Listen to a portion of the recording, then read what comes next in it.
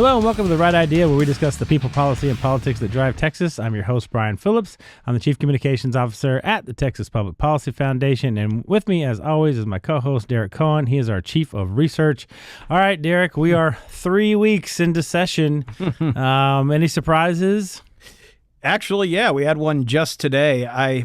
We have fast and furious movement on some of the governor's priorities, obviously school choice being the first and foremost. Mm-hmm. However, today we actually heard in the Senate the various bail proposals that he meant to address those particular items. Yeah. And even more notable is that afterwards, Lieutenant Governor Patrick gave a press conference. It was during the hearing, but right before it adjourned. Yeah, because they're gonna be going in after lunch. Gave a press conference wherein he not only called for this to be some of the most important priority. Now, look, don't throw us in that briar patch. We've been working on this since 2017. Bail for 2 decades, it seems like. This great end start itself. But that being said, he also indicated that he has spoken with the victims that were at the victims who lost family members that were at the hearing today, indicated that he and the speaker are in absolute lockstep on there, and praised the speaker for actually, making this one of his priorities as well, or at least a very important bill. Well, that's great to hear that at least early in the session, folks are getting along and the two chambers are talking to each other. There's still plenty of time. Yeah, having the breakfast, doing the big three breakfast, I hear is going off. All right, well, we like to start with something fun every day, and there's nothing that I'm sure that all of you want to hear more than dating advice from Derek and Brian.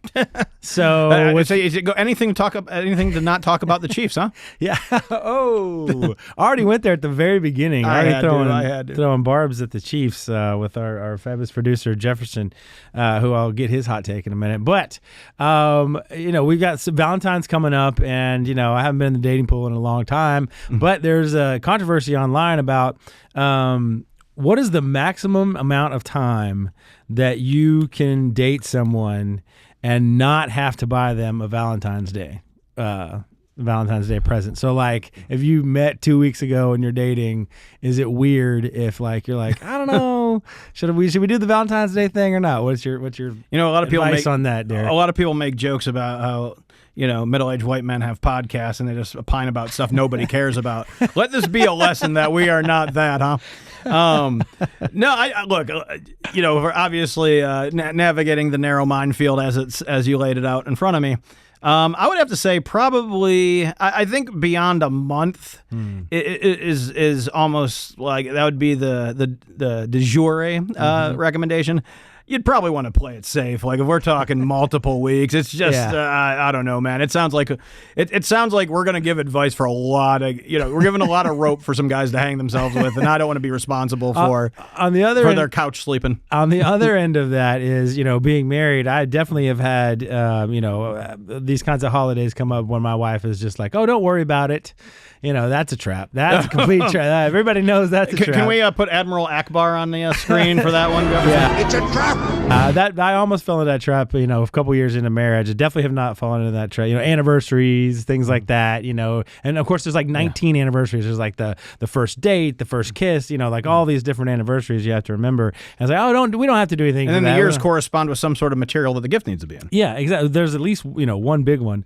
So I definitely have not fallen into that trap. So guys, if we tell you anything, make sure that when she says it's fine, it is not fine. No matter what she insists. So I think the consensus is less than 2 weeks, and you're probably in the safe zone. Anything over 2 weeks, you probably need to go out. Yeah, but this is something that I would err highly on the side of caution. Yeah. And who knows what to get anymore, right? Because flowers are kind of a waste, but then, nobody, we're on the Maha movement now, so you're not supposed to do chocolates. And I don't know. I'm just glad I'm married and I don't have to deal with all that at this point. You have teenage boys, Jefferson. What is your advice? Oh, they don't talk to girls. Oh, they don't. They don't talk to girls. Typical Chiefs fan. Oh, hey, no, we give Jefferson a hard time, but I gotta say, I told him this earlier this week. For us to be able to bust him on, the Chiefs, basically playing like the Lions did against the Commanders or the Commanders did against the Eagles.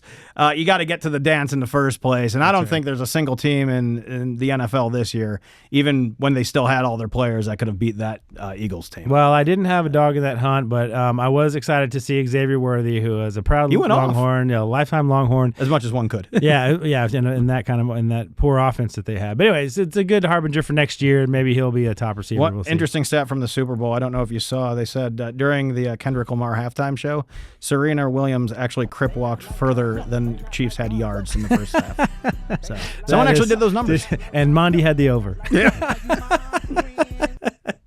All right. Enough fun. Let's get to the serious stuff. But first, of course, my favorite segment is the shameless plug. Next week, folks. Next week, we'll be right in the middle of our Texas Policy Summit. So if you haven't got a ticket, it's probably too late at this point, but you can certainly check it out at texaspolicysummit.com. We have confirmed the big three are going to be there. Governor Abbott, Lieutenant Governor Dan Patrick, and Speaker Burrows will all be there giving their thoughts on session. We'll also have Ted Cruz.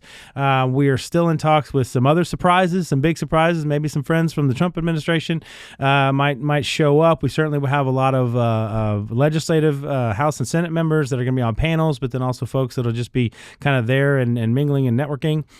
So anyway, if you can't get a ticket, you can't get in, we will have everything online. So you'll be able to watch it live as it happens. We will every single panel discussion, every single keynote speaker will be online. And then if you miss it, if you're a member of the media and you're just running around, seeing too many things, then we will have all of it. Usually within about 24 hours, we will post it all online at our YouTube page, our TPPF YouTube page. Okay. All right. Let's get into the news of the week. I think the biggest news of the week, because it's one of the top 2 or 3 issues for voters, top 2 or 3 issues, certainly for the legislature, is property tax. And our good friend, Senator Paul Bettencourt, Uncle Paul, as he's known to his friends, passed his SB 4 out of committee. Our good friend James Quintero was there at the committee hearing giving his testimony, which I'll talk about in a little bit. But just your early thoughts on that debate, kind of how it went. I mean, obviously, it's property tax is everybody thinks we need property tax reform. So I'm interested to hear your thoughts on what was the back and forth like, and what were the contentious issues. So, yeah, well, I mean, if you looked at it, interestingly enough about SB 4, if you actually looked, it actually there are 31 elected members of the Senate and individual districts, and the bill had 32 authors on it. Well, how does that happen? The lieutenant governor signed on as a bill author. So that's a bill that's going to move, as they say. If I were Mondi, I would not feel bad about putting money on that. Probably wouldn't pay off that well, but yeah. It wouldn't pay off that well because of the odds would be so high. But that being said, so obviously the Senate has taken its approach of raising the exemption, right? Homestead exemption. The homestead exemption. So property in which someone declares as I live here. Kind of stuff, and $140,000. That's a decent chunk of change. The issue though, and again, when you ask anyone at TPPF, what's the best kind of property tax relief, our answer is yes. All of the above. Yeah. All the tax reliefs. Because there's a lot of various different mechanisms for controlling the different avenues and styles of growth within the various property tax rolls. And this illustrates that when I say various property tax rolls. Obviously, an element of property is subject to different form of tax levies. But this one here, again, applies to just those on the residential side. So commercial property, industrial property would still have to pay the tax. They don't have such an exemption. They have other exemptions that exist elsewhere. It's more complex than we need to go into on this podcast. That being said, is they've chosen this particular approach, and it's going to be welcome because this basically says, your house might be worth X, but X minus $140,000 is what the taxable value of your house is going to be. And that'll save people. I think the estimate was around $700,000 for the average homeowner. Or sorry, $700 for the average homeowner. Sorry.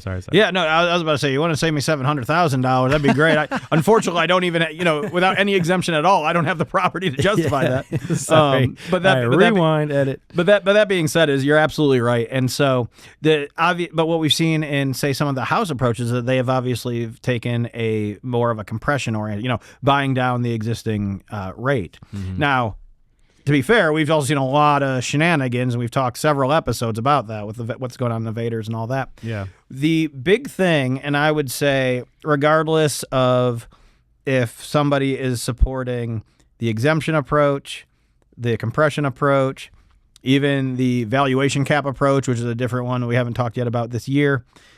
Regardless of it, the root of all the problems, and the reason that you did not see a single or even a downward tick on the increase rate was because the locals are eating all this up. The locals are spending out of control.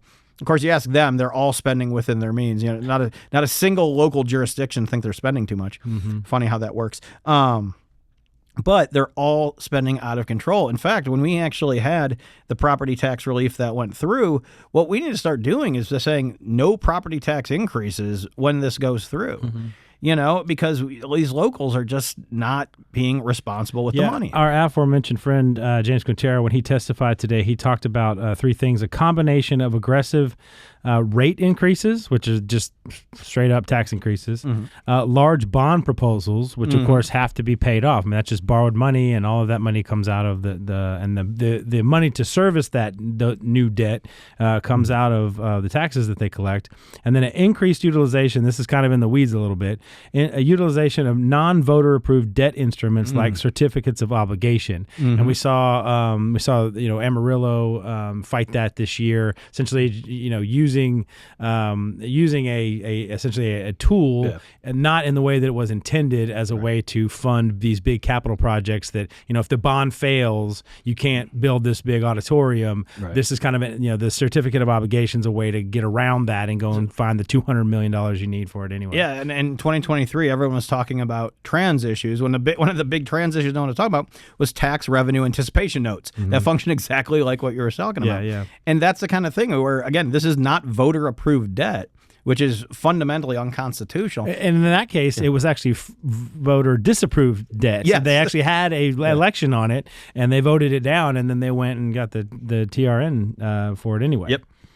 And so he talks a little bit more about this. These local actions erode the value of state-directed tax relief. I mean, this is directly to what you're talking about. No matter if it takes the form of a homestead exemption increase, rate compression, or some other means.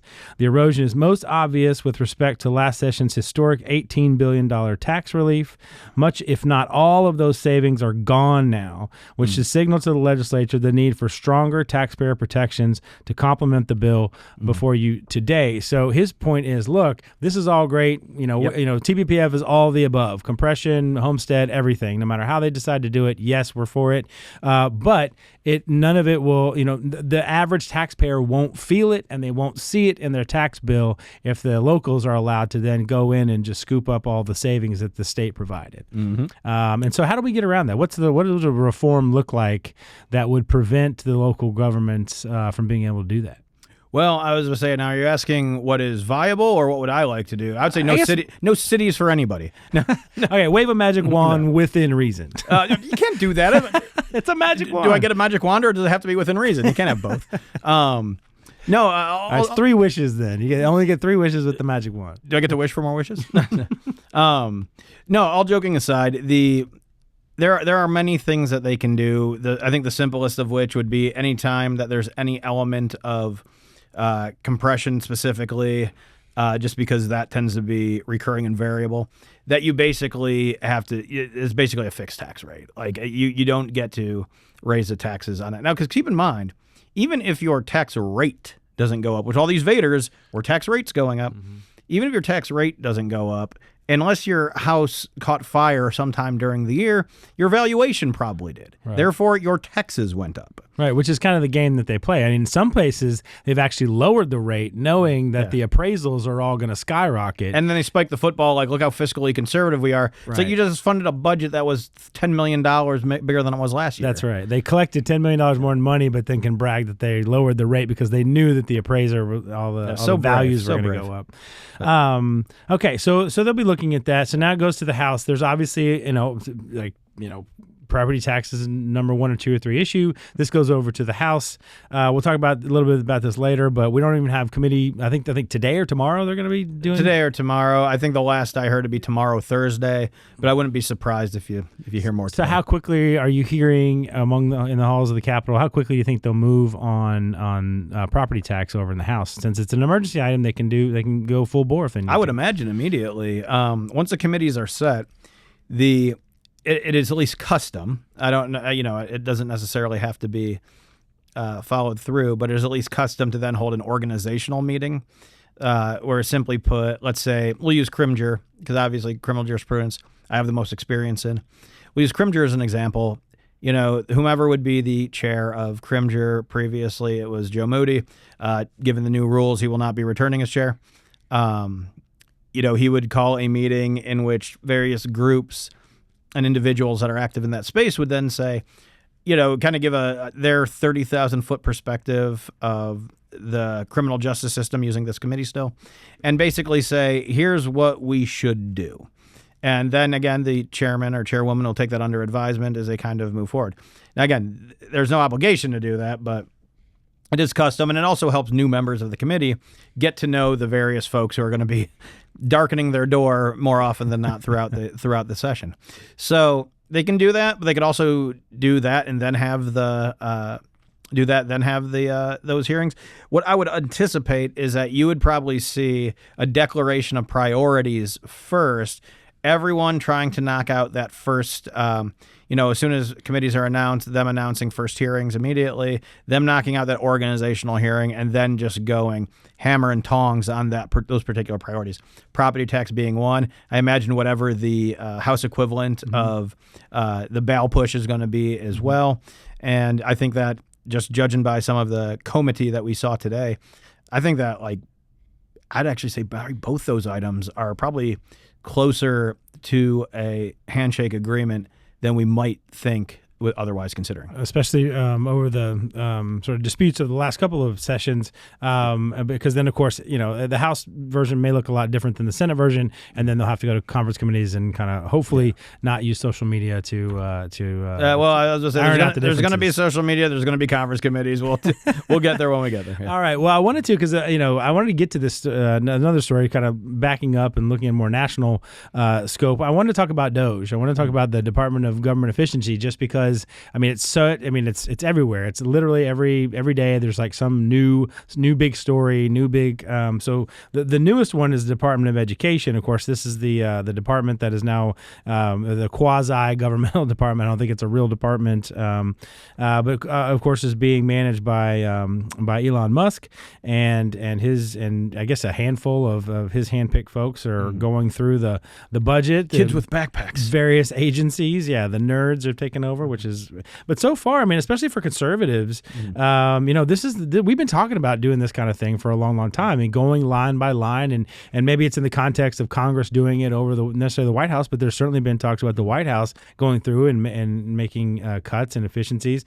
The first sort of raft of headlines were all the crazy things, right? Like, the LGBTQ theater in Ireland, or these crazy studies that they're funding over in Peru, and all those kinds of things. But now they've focused their sights on the education department. So the White House spokesman said that the team had terminated. This is going over the education department, had terminated just recently in the last 24 hours. Terminated 89 contracts worth $880 million, including $1 million, $1.5 million to a contractor hired, quote, to observe mailing and clerical operations at a mail center. So $1 million for a contractor to observe mailing and clerical operations at the Department of Education. I'm sure that's one of just a long list. Sounds like good work if you can get it. What's your feedback? There's been some pushback that it's not as transparent, and that there's no accountability or whatever, and that's just the media saying that they won't talk to them.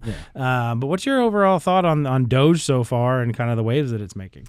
I got to tell you, I'll eat some crow on this. I actually thought this was going to be one of those, we're announcing a blue ribbon commission task force on commissions and task forces or something like that. I thought it was going to be this absolute, just a fake PR thing, right? Yeah. And I'm going to appoint some of my friends, and they're going to meet, and we might get a report out of it, right? Yeah. No, this is like actionable item. Now, there are some concerns that are raised in terms of how sensitive data is being handled, or how some of these things are being pushed through. But that being said, I haven't seen any allegations of impropriety, even from the hysterical left, and two, the fact that they're turning up fruit, like nobody's arguing for for the study of the reproductive habit of the brine shrimp in zero gravity, but we're spending $30 million for that. I've just made that up, but the real ones are even crazier. Sounds cheap compared to some of these things. But exactly, it is that the federal government is just kind of mission crept into the funding the most ridiculous things, and so much of it coming to light is the fact that people on the left have their absolute hair on fire and are attacking Elon Musk. That he's not he's nobody elected him. It's like, well, nobody elected Valerie Jarrett either, but here we are. Yeah. Right. You guys should really selectively apply how they actually take presidential personnel seriously, depending on whether it's a D or an R. But that being said, is they're not, nobody's saying well, somebody think of the brine shrimp, or somebody think of the trans-Irish people, or somebody think of whatever we're doing down in Chile. It's no, you looked and you weren't supposed to look, or I don't like the way you looked. Yeah. And one of these days it's going to come to a debate, and they're going to have to defend these absolutely insane zero lessons learned position. And people talk about the sort of the shotgun effect of all this, every single day coming out with new. I think the problem is that they probably could do a lot more. I mean, there's so much inefficiency. There's so much waste that's going on in government. And even if, to your point, even if you thought this was some kind of worthwhile study that, or some kind of, investment in overseas, compared to what the American people want, people want to keep that money here. And the fact that our money is going overseas to these kinds of things is just, it's outlandish. I don't know what that would go to. Remaking the Crying Game, was that the trans-Irish thing? I have no idea. But there was no short. I mean, Caroline Leavitt and Elon Musk and all of them. It's just like Twitter is covered with all of these ridiculous programs, and I mean, they didn't even try to hide it. I mean, the titles for these things again was the trans theater in Ireland, and studying the habits of lesbians in zero gravity or whatever it was. It's just they weren't even trying to make it sound like something that would have been useful research. Well, and that kind of gets us to another point. I think you wanted to talk about some of the thing that was announced, was it Friday on the NIH? Yes. Go tell us about that. So, it absolutely gets my gears grinding. And so you have to understand. So amongst these massive changes and directives that are put out by the executive, one of which came through HHSC, that basically said, okay, the maximum indirect rate allowable for university research is now 15% capped. Right, explain to what that is. Yeah, I was about to say that seems like a de minimis housekeeping thing. So if I were to do, let's say that I was a biomedical researcher, I'm researching cancer, right? What I would do is I would say, hey, we'll even use the University of Texas as an example. The University of Texas's agreed rate that they reached with NIH and HHSC is 59%. So, for example, I will go propose my research project to NIH for cancer. They go, and I want $100,000, right? And they go, which would actually be an incredibly cheap research project. They would say, oh, that's a great idea, Derek. We are going to go ahead and give you $100,000. They agree to fund the project.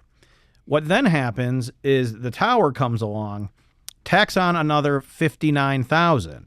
So now we are now on the hook as taxpayers for $59,000 because there was a 59% tax rate that was put on my research. By who? Where's the tax rate come from? It was agreed between a university administration and NIH. Oh, and and then they vary. It's the taxpayer money, so who cares what the percentage is? I guess. Well, then here's where the percentage, and like A&M's like 52.5%. Harvard's like 70. And so capping it down to 15 is usually when they have any sort of private foundation, like the Bill and Melinda Gates Foundation, Chan Zuckerberg Foundation. I know there's some right-wing foundations that don't even allow for overhead. They're like, here's your $100,000. So that's what the $59,000 supposedly goes to. So the researcher gets the $100,000, but then the university gets $59,000. It goes towards keeping the lights on. The problem is there is no accountability for that particular money, then it establishes one of these sponsored program slush funds. Expensive lights. Yeah, exactly. So the easiest way to solve this, then still there, is all the university has to do is change their direct rate policy and their indirect rate policy. Keep it at that 15% because they'll say, oh, well, we need to build and maintain these very high-tech science labs. Look, in the hard sciences, that's a real thing. I get that. What they don't necessarily clarify and would be completely allowable under the 15% cap is that they can actually bill the research out of what's known as direct money. The direct money can actually go for conducting the research, and that is more in line with what the feds are actually paying it for. Look, the buildings up there are built, they're paid for, but they still need to be heated, cooled, and with the lights turned on. 15% is more than enough to do that. If they had this billing program, it would allow them to do that without them putting their thumb on the scale of who's researching what and enforcing that through a 59% slush fund on every dollar they have. I was going to say, it sounds like a slush fund. It just sounds like a way for them to raise more money on the backs of the taxpayer in a way that's completely unaccountable. But a different taxpayer. Yeah, right. Well, part of the reason I wanted to bring this up too is because of the popularity of DOGE with conservatives and Republicans. Obviously, Texas is a very conservative state. Not to be outdone, there are some Texas House Republicans that want to have their own DOGE here in Texas. And so we're still waiting on, I think they voted, part of the rules package was to create the DOGE, the Texas DOGE Committee, and that did pass. And then they created a new Twitter account, and they had this to say. The Speaker of the House, Dustin Burrows, will appoint the committee's chair, with the House recently deciding to limit committee leadership to a majority party. A Republican lawmaker with expertise in government transparency, fiscal oversight, or legislative reform will likely take the helm. Expect Texas DOGE to take a hard look at fraud, waste, and abuse in government programs, state-funded technology and AI integration, overregulation that slows down Texas businesses, and partnerships with universities, private sector, and the federal government. I think that means actually exactly what you're talking about, auditing these partnerships with universities, the private sector, and the federal government. So. Yeah, well, your lips to God's ears. I mean, credit to Dustin. Now, granted, let's call it like it is. Obviously, the DOGE, meme as in this application, is pretty salient these days. I mean, he'd be foolish not to capitalize on it. Mm-hmm. But look, if you want to deal with waste, fraud, and abuse, state-funded technology, overregulation, thing that we all support, why not strike when the political iron's hot? Let's go. Yeah, I was about to say, we're let me put it this way. We're willing to help any way we can. Yeah. Because all this stuff sounds great to us, and you'd be foolish not to take advantage of a politically popular solution at the moment. And just to kind of throw this into the mix, see what your reaction is. I mean, the reality is that, we've had consecutive Republican conservative administrations, right? We haven't had a Democrat governor since Ann Richards. So all of the agencies have essentially been controlled by Republicans and conservatives since the mid-90s. If they find waste and fraud and abuse in the agencies, right? When this, look at those past administrations and say, this happened under your watch. Shouldn't you be on board with wanting to get rid of this fraud, waste, and abuse? It's a little bit different than what Trump is doing, essentially rooting out a lot of waste and abuse that maybe from the Obama administration or from Biden. That in Texas, we've had Texas governors for 30 some odd years. So hopefully they'll be on board. Yeah, the agencies would be on board. Well, but that's what I mean. I'm going to go ahead and say they're probably not. I don't want to put, the bureaucracy shouldn't push back here because this should be a conservative, Republican priority. It's everyone loves playing in the sandbox, so they realize it's someone else's litter box, and that's when the problems tend to start. But no, I mean, if you look at under Trump 1, is that what we're saying, or 45? 1.0, I guess, since it's under the first administration, Trump had a fantastic idea, which got at the federal regulation, 1 in, 2 out kind of thing. Yeah, right. We did a similar one here. Unfortunately, the legislation was sufficiently vague to except necessary regulations. Well, if you are an agency, an administrative entity with complete unilateral rulemaking authority, what thing that you are empowered to do are you going to go, you know what? I don't need this power. Yeah, that's not essential. Are you gonna beat that sword into a plowshare and go back to your farm, Cincinnatus? I don't think that's how that works. Well, we wish them all the luck, and we'll keep an eye on that for sure. But moving back to Texas, sort of, still a federal issue, I want to get into this new announcement from Representative Roger Williams has introduced a bill to reimburse the state of Texas, for Operation Lone Star, which spent, the state spent $11.1 billion on border security during the Biden administration. So just during the Biden administration, we spent $11 billion on border security, and he has drafted a bill that would require, Abbott to essentially create a report on, what he spent all the money on, and then they would look at the expenses that are eligible and submit that report to Congress before the Treasury Department to reimburse. What do you think of this idea of essentially collecting the receipts and handing them to the federal government? I think that's a great idea because not only was the federal government completely absent and abdicated their role in border security for the last 4 years, they affirmatively spent money trying to prevent us from doing our well-defined role within border security. So I have no problem with him sending the bill. Do you think it'll happen, though? I mean, this seems like... I hope. Just let DOGE run for 4 more days, and there's the $11 billion. Yeah, I was about to say, at this rate... Couch cushions over at DOD. Yeah. Well, yeah. Oh, my goodness. Or... I was going to say maybe this was one of those USAID projects we absolutely should have funded. But that being said, I don't think there's any problem there. Credit to Governor Abbott, Lieutenant Governor Patrick, and the various members of House leadership that we've had over the years that Operation Lone Star has been active, because we never should have had to actually have to take this on ourselves, but we did. And, it actually is what raised the consciousness of the illegal immigration issue to such prominence. If Governor Abbott, and credit to Governor DeSantis as well, and some of the other governors, they weren't sharing the pain across the country as they were, which not only relieved some of the pain in some of the local communities. If they weren't doing that, nobody would have spoken out in New York. Nobody would have spoken out in any of these other states. And I bet none of the blue wall states would have all gone for Trump. And because that really highlighted the problem that we had. Yes, we footed the bills for that. And I think that it's only fair that the average Texan who has been paying in to cover this is remunerated. I wonder, you bring up a good angle, which is I wonder if this is a successful, at least PR push, and maybe even ends up in a budget bill or a spending bill at some point. I wonder if the blue states start to look at that and say, New York had a lot of expenses thanks to Governor Abbott sending, illegals up to Chicago and New York and San Francisco. I wonder if they think that they're being tricky by going after the same kind of thing and seeing if Chicago can get a big check from the federal government for everything it did with its illegals. Well, probably don't call yourself a sanctuary state then. Yeah.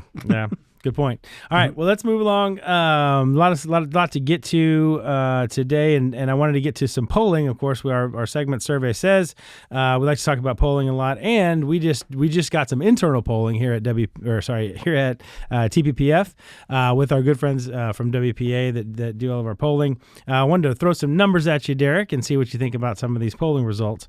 And we polled, some big issues, some issues that are, obviously big for the state of Texas, but also some of the other items that we're working on, and thought some of these were interesting, and interesting in the sense that they're, so lopsided in one direction. For starters, 81% oppose taxpayer-funded lobbying. Does that shock you at all? No, it doesn't shock me at all because we've been working on this a long time. We've been polling this for a long time, and there's this myth that if I'm the county judge of Hudspeth County, that I can't reach any of my House rep or my senator simply by picking up the phone. And that is one of the most pernicious myths I think I've ever heard. Mm-hmm. You find me one member up the road who doesn't take calls from their local elected officials of all, their party and the locals party notwithstanding. Right. they want to make sure that they hear every perspective locally, because that is a cudgel that can get wielded against them in an electoral environment. Yeah, absolutely. I mean, the idea that the members wouldn't take a call from their local mayors or their local county commissioners or whatever, and in fact that it's so bad that the mayor now has to spend thousands and thousands of taxpayer dollars to hire some well-heeled Austin lobbyist to then walk across the street and go talk to them. Again, another absurd notion. So it doesn't shock me at all. And the only thing that shocked me is that there were 7% that said that they supported taxpayer-funded lobbying, which is probably 7% of people are taxpayer-funded lobbyists. Yeah, 7% are either the taxpayer-funded lobbyists or their families that depend on those paychecks. So, 81-7 was that one. Another, going to go through a couple quickly. 88% said that there's a housing affordability crisis. So I thought that was huge. I mean, 88% said there's a crisis in housing affordability. 88% of folks say that, for who are in the market for homes, say they want single-family homes. And so these, but you see a lot of times people are saying, oh, well, we just need to build on top of each other, right? We need to build townhomes, or we need to build condos and bike lanes, put them in the city, and let people live in these like densely populated areas. Well, 88% want single family homes, and it was about a 60-40. Well, no, it was about 70-30 split in terms of suburban versus city. But people want single family homes. That's what they're looking for.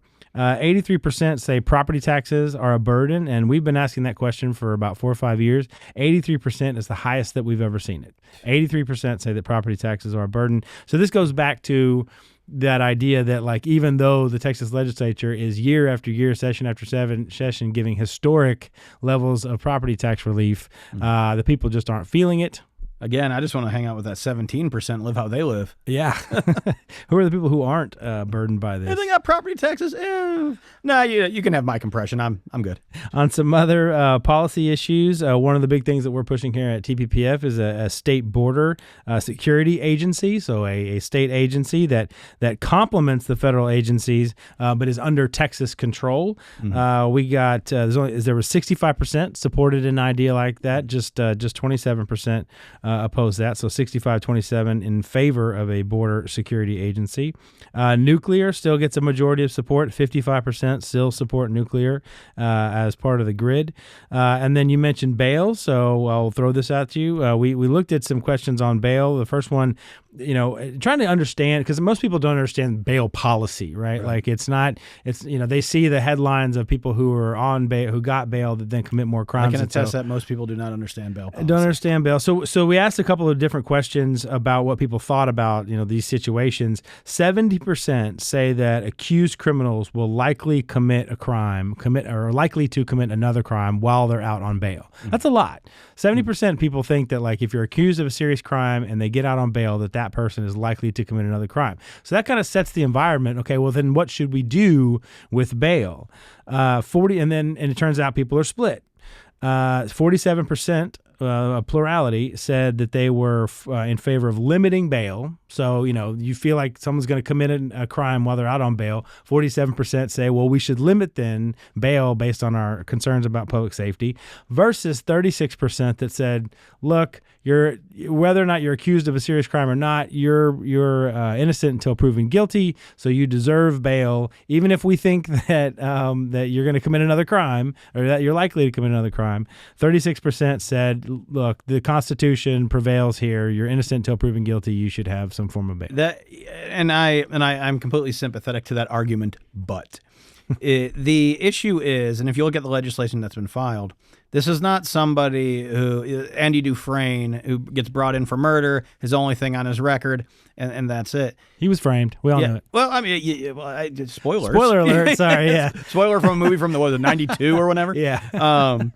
But the issue with this, though, is some of the legislation that we're actually talking about is allowing you to deny bail if somebody was, and this was an example that happened, and there was somebody testifying today who was a victim of this, or family was a victim of this, someone who arrested for murder, bails out on murder, commits another murder. So on that second one, we should probably be able to deny bail. Yeah. I don't look, my conservative or my conservatarian, libertarian credentials being what they are, is we're one of the few states that have as broad of a guarantee of a bail amount as we do. And the fact that, like, I mean, it's just insane, some of the testimonies I've heard. There's no way that somebody's status as an illegal coming through the ports of entry makes them a flight risk. Like, I'm like, how do you think this works, bro? Like, it's, I don't know. So, yeah, I think we have a lot of educating to do in that particular space because not a lot of people understand it. The other one that I want to highlight was the border security one, the border security agency. I mean, this would be a new agency. This would be something under Texas control. But I think over the last 4 years, we've seen how bad it's gotten. And frankly, although the vast majority of people who are here in Texas trust Trump now that he's taking action on the border, they want to backstop. They want to say, Texas still has a role here and has a responsibility to protect its own communities. And you've got Abbott who's backing that. You certainly have a legislature that's willing to back that and fund that. And they're saying, let's make sure that whatever happens with the White House, that we always have, a law enforcement agency or some kind of infrastructure. A contingency plan. Yeah, a contingency plan to make sure that we can secure our borders. So thought that was interesting. So we are running a little bit short on time. So I'm going to go through our lies, damn lies, and statistics here quickly. Well, this is more of the lies and damn lies part of things, but as SB 2, which is the ESA bill, the school choice bill that passed out of the Senate, as that passed out of the Senate, now things are going to move over to the House. And you have, proclamations by the speaker himself saying that school choice is going to pass in the House. You have former opponents of school choice saying, "Hey guys, the gig is up. We're school choice is going to pass." It's getting as nasty as ever out there in the world on social media and other places. People throwing everything they can at the wall to see if it'll stick to try and stop the ESA train from running in the House. Want to go over a couple of these. Couple of the most egregious ones, but have you seen anything like that out there? And is it getting worse than where you've seen it? Well, yeah. So as you know, I mean, we're all UNESCO plants. The home headquarters. Well, I'll have to see if USAID means we're not getting funded anymore. But regardless, all joking aside, is there was there was always opposition to school choice. There was never credible opposition to school choice. And I think that the more people are coming to realize this, these AstroTurf groups that claim to be, we're pastors that have a board member or board members that are mostly teachers unions and stuff like that, or we represent rural people. It's like, really, because everyone registered there lives in the city of Austin. Maybe those are taxpayer funded lobbyists we were talking about. They are. Yeah, definitely. So it's to the point where, they're getting more desperate. The lies are getting a little more outlandish, and I think that just judging by what we've seen from Speaker Burrow thus far, what we've seen already happen in the Senate, and the rumors that we have to support both of those, I am very, very optimistic from where I think we're going to end up. All those lies aside. So let's just run down a few of the facts about the ESA bill. And there's no indication in that, there will be a House bill that, that changes any of these things. And so let's just talk about a few of them. Number one, ESAs are opt-in. I mean, this seems to be the biggest problem or the biggest misconception that some people have is they think that as soon as they pass a bill, then suddenly, private schools, homeschools, everybody's going to be under this new regime of ESAs. And the fact is that if you like your school, I mean, I hate to use that that phrasing, be careful doing there, but if you like the situation that you're in and that your kid is in, you don't have to apply for an ESA. You don't have to, you don't have to be part of this program. And so, if you think there's something in the bill that is, there's some kind of education takeover, or it like restricts your values or your choices as a parent, then don't apply for the program. I mean, it's just that simple. Whether you're a homeschool parent or you go to a private school now, or you're at a public school and you want a different option, and you don't like what you're hearing about the bill, don't apply to the program. It's just that simple. Well, none of that, and our colleague George Borrego pointed out, out of the 34 states that have passed this, they have actually, the states that have not lost a single inch in the rights of homeschooling parents. Not only that, but some have actually thought, just for safety, for peace of mind, to actually strengthen, to articulate more affirmative rights into their laws, simply because homeschooling parents did want to take advantage of this as well. So again, the idea that, that homeschoolers don't want it, maybe a fringe group here or there don't. But generally speaking, we see how this benefits every child. And we have tremendous resources, TPPF does, online and in different places, debunking literally all of these criticisms of the bill. Most of them is just either a misrepresentation or intentionally misleading people about what's actually in the bill. The only other one that I'll mention that gets pushed out there all the time is that the amount of the ESA would not cover, private schools. That if you get $10,000 or $11,500 if you have a special ed student, that's just a fraction of the cost of what it costs to go to a private school. And that, of course, is not true, because the median, I hope I'm saying this right, that the median price for private schools in Texas is $8,900. And, of course, you contrast that to what it costs to educate a child in a public school, which is over $15,000. So not only is that enough to cover the tuition at a private school, but it actually is saving money because it costs less, or the ESA will cost less than what it costs to educate kids in public school now. So biggest debunk. So I got a whole list that I won't be able to hit because we're running out of time. But certainly we have those resources at texaspolicy.com and our various social media platforms that you can check those out. So, all right, debate will rage on, and as we go over into the House. Speaking of which, what to watch for. So looking forward to next week and coming into the official start of, when the floodgates open on March 1st or whenever the day is, when anybody can have and can discuss any bill. That's coming up very soon.